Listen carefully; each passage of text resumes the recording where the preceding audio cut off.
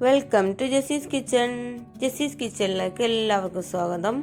ഇന്ന് ഞാൻ തയ്യാറാക്കാൻ പോകുന്നത് വളരെ എളുപ്പത്തിൽ തയ്യാറാക്കാൻ പറ്റുന്ന ഒരു സ്നാക്സ് ആണ്. ഉള്ളിയൊന്നും വഴറ്റി സമയം കളയേണ്ട ആവശ്യമില്ല.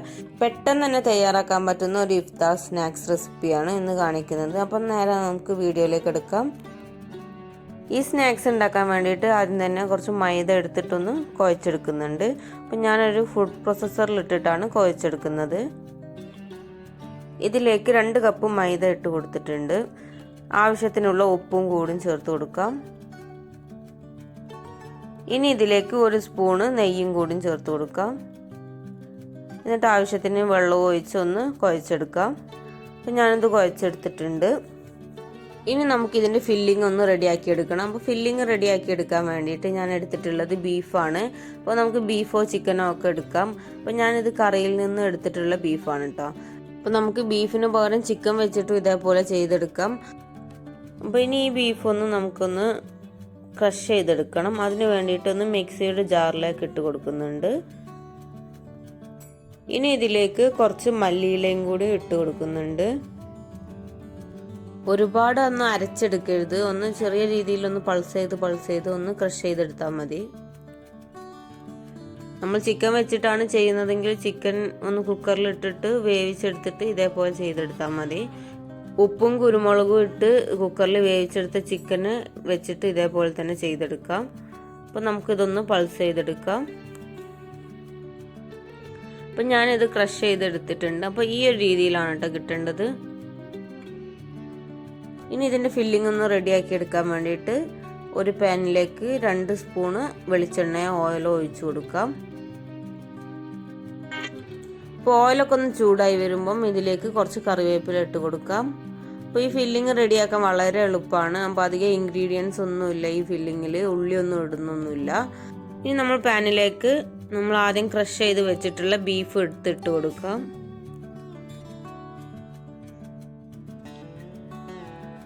ഇനി ഇത് നന്നായിട്ടൊന്ന് മിക്സ് ചെയ്തെടുക്കണം.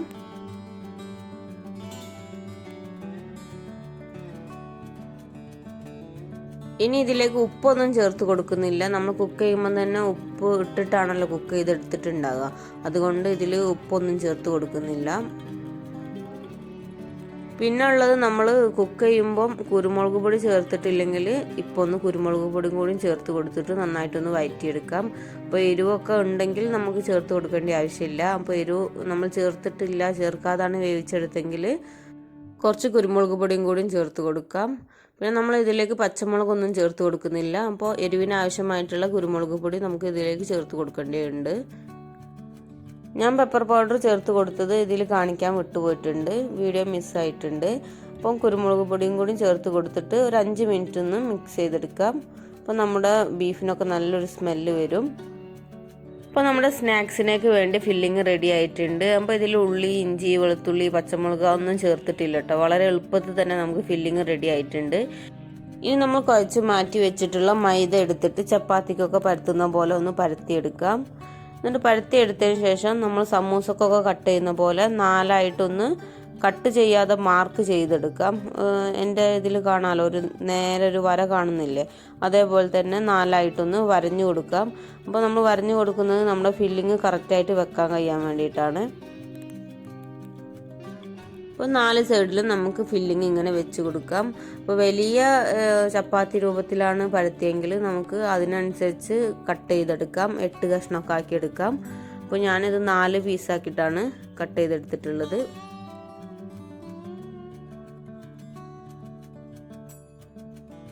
ഫില്ലിംഗ് ഒക്കെ വെച്ച് കൊടുത്തതിന് ശേഷം ഫില്ലിംഗ് ഒക്കെ ഒന്ന് ലെവൽ ചെയ്ത് കൊടുക്കാം.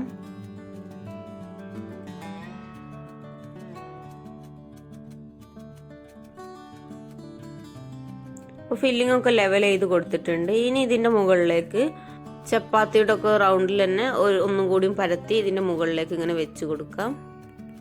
ഇനി ഇതിൻ്റെ സൈഡ് ഭാഗങ്ങളൊക്കെ ഒന്ന് ലെവൽ ചെയ്ത് കൊടുക്കാം. ഇനി കൈവച്ച് 4 ഭാഗത്തും ഇങ്ങനെ ഇതേപോലെ ഒന്ന് ഒട്ടിച്ചെടുക്കാം.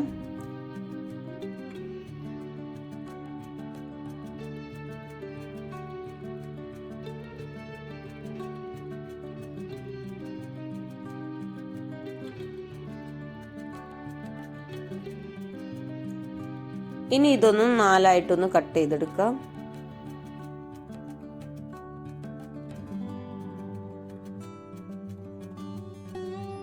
ഇനി ഇത് ഓരോ പീസ് എടുത്തിട്ട് ഇതിന്റെ സൈഡ് ഭാഗങ്ങളൊക്കെ ഒന്ന് ഒട്ടിച്ചു കൊടുക്കാം. കൈവച്ച് ഇങ്ങനെ ഒന്ന് പ്രസ് ചെയ്ത് കൊടുക്കാം.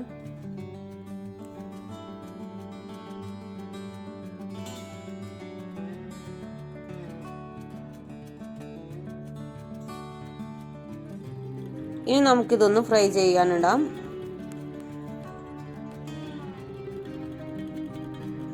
അപ്പോൾ അത്യാവശ്യം വലിയ പീസ് ആയതുകൊണ്ട് തന്നെ 2 പീസ് ഇട്ടിട്ടാണ് ഫ്രൈ ചെയ്തെടുക്കുന്നത്.